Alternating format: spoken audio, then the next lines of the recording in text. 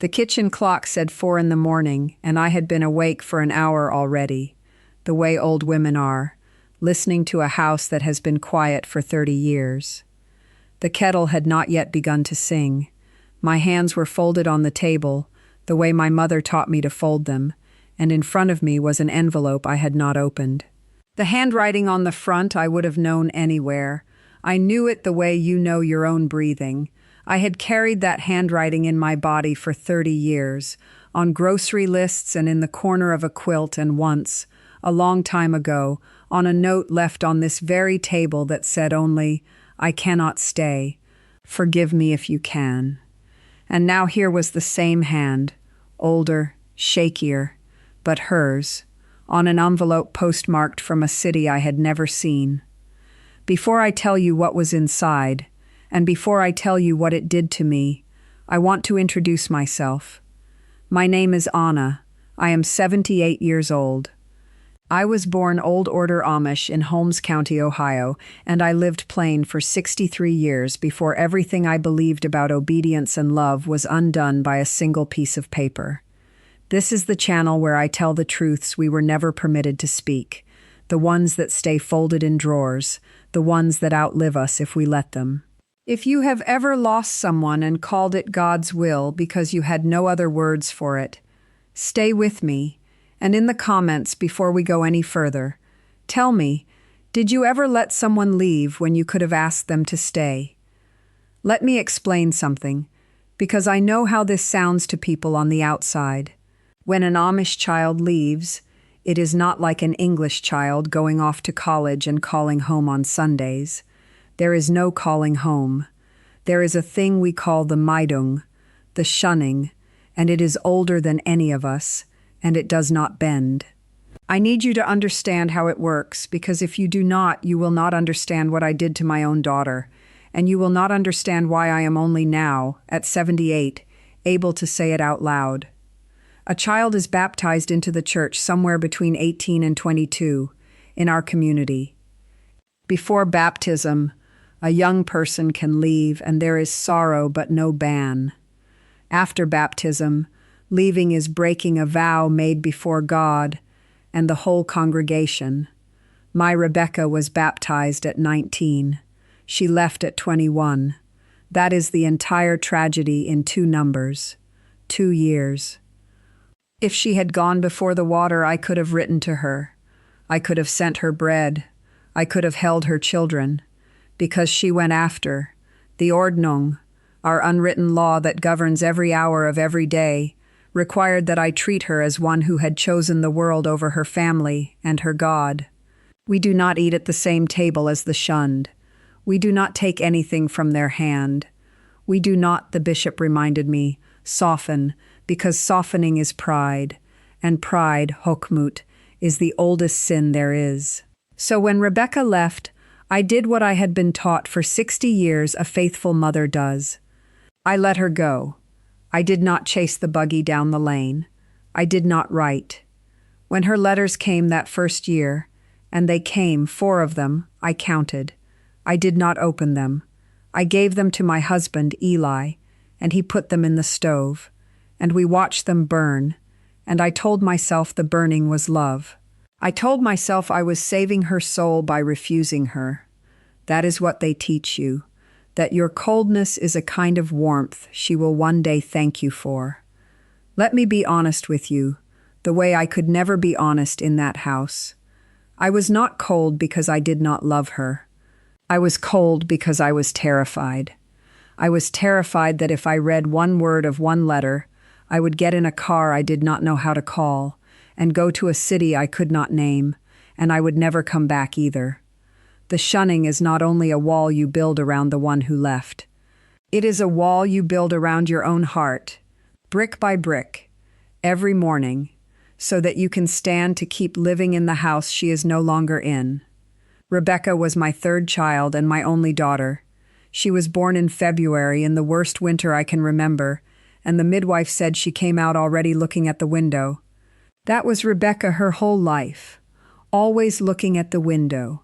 She could sew before she was 7. She could quiet a colicky baby that no one else could quiet. But she asked questions a girl is not supposed to ask. Why can the boys go to the auction and not us? Why do we kneel when the men decide? Why, ma'am, if God made my mind, am I not allowed to use the whole of it? I would tell her to hush, that questions were the doorway pride walked through. But at night I would lie beside Eli and stare at the ceiling and think, God help me, she is right, and I will never tell her so. The day she left was an ordinary Tuesday. She had made bread. The kitchen still smelled of it when I found the note. She was 21. There was a young man involved, an English boy who fixed the diesel that ran our milk cooler, and the bishop later said it was the boy who took her.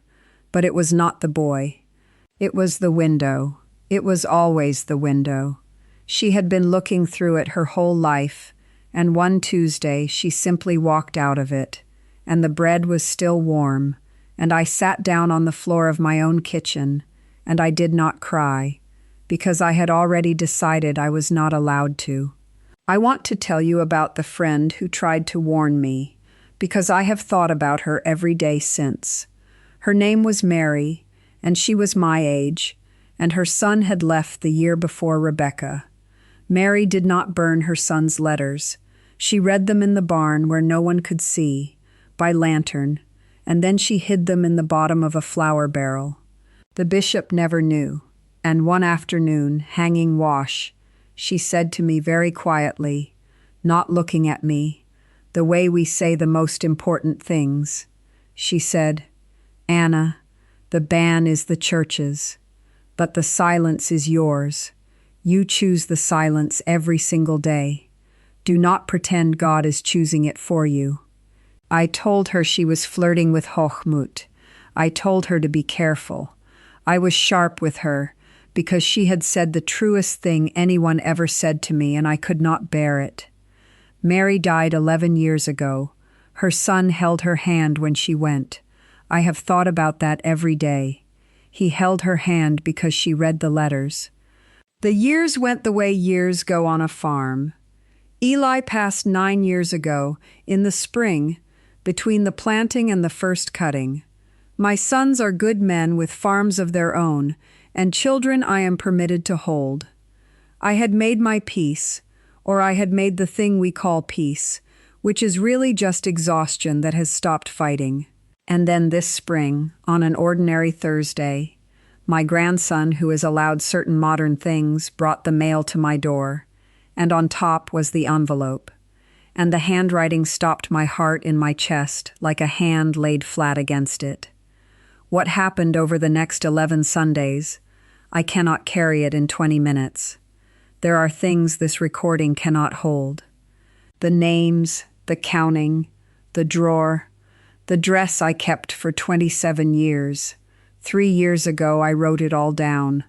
The book is called The Sundays. The link is in the description and the pinned comment. I did not open the letter for 4 days. It sat on this table, and I walked past it, the way you walk past a stove you know is hot.